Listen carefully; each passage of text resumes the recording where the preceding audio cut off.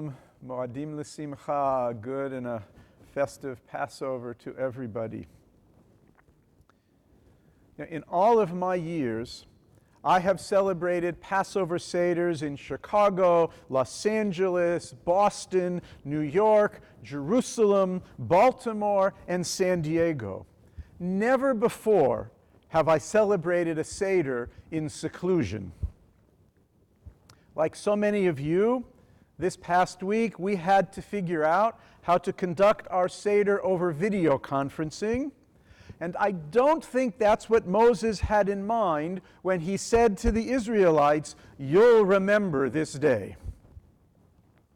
I know of families and friends who gathered from all corners of the world for their first Seder celebrations together. And I suspect a new custom may emerge for future Seder gatherings, even when we are able to be together again.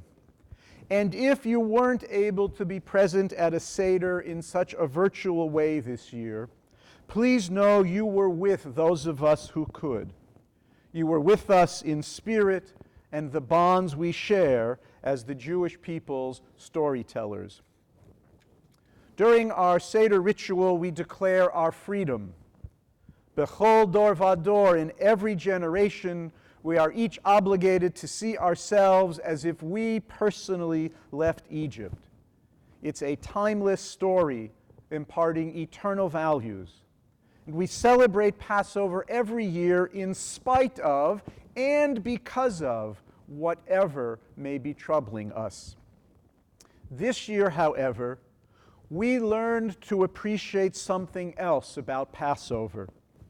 For all that is seasonal or annual or ongoing in our lives, some experiences are once-in-a-lifetime occurrences. This was the most unusual Seder experience of my lifetime, and possibly yours.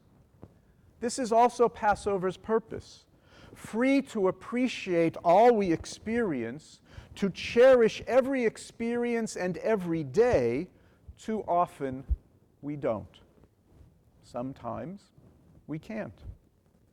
Even though in normal days we go to work, often repeating familiar tasks and routines, each interaction and every conversation is distinctive. Though we recite the same words in prayer, every prayer experience, especially these days, feels different, and it should feel that way. Eating our favorite foods, no meal tastes quite the same as another. And even though two teams meet in their sport every season, except in all of the sports seasons so far this year, each game they play is unique. During this time of staying at home and apart, our perspective enlarges. Preparing for or looking back on each and every day, we can remind ourselves our lives are truly rich and full because the freedom of our movement introduces us to familiar and new people and places. No Pharaoh rules over us. We are responsible for ourselves and for each other. Though it may not feel this way quite now, you and I are deeply worried in a way that could also be a once-in-a-lifetime experience for some of us. Our livelihoods may not be secure right now, possibly for the first or only time in our lives. The threat of illness is all around. In an unprecedented way, the angel of death hovers over our world.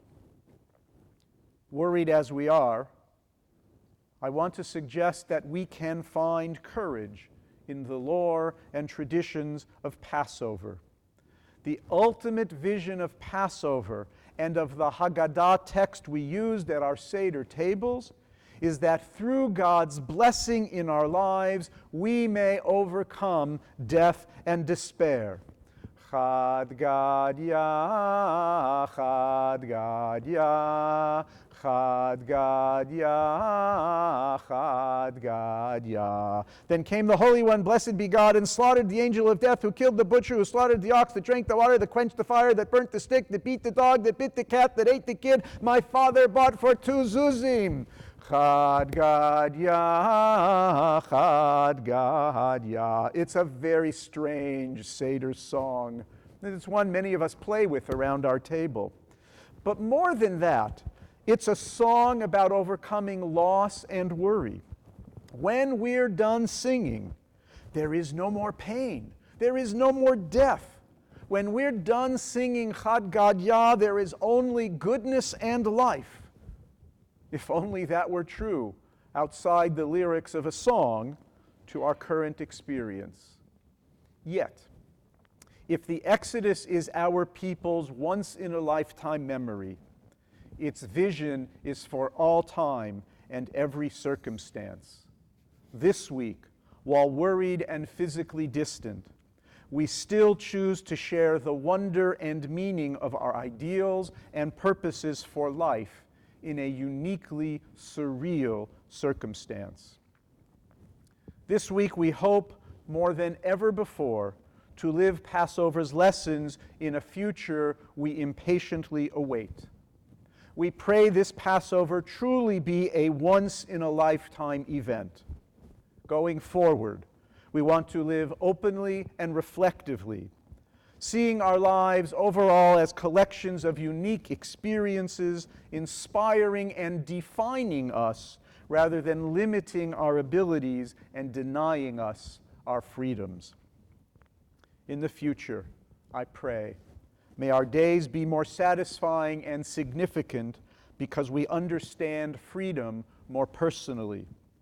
During these quiet and lonely days, let's train ourselves to focus freely on each next moment we will encounter. Let's look at every next moment we encounter as being once in a lifetime, because it probably is. Shabbat Shalom, Chag Sameach. Yasher Koach, bro.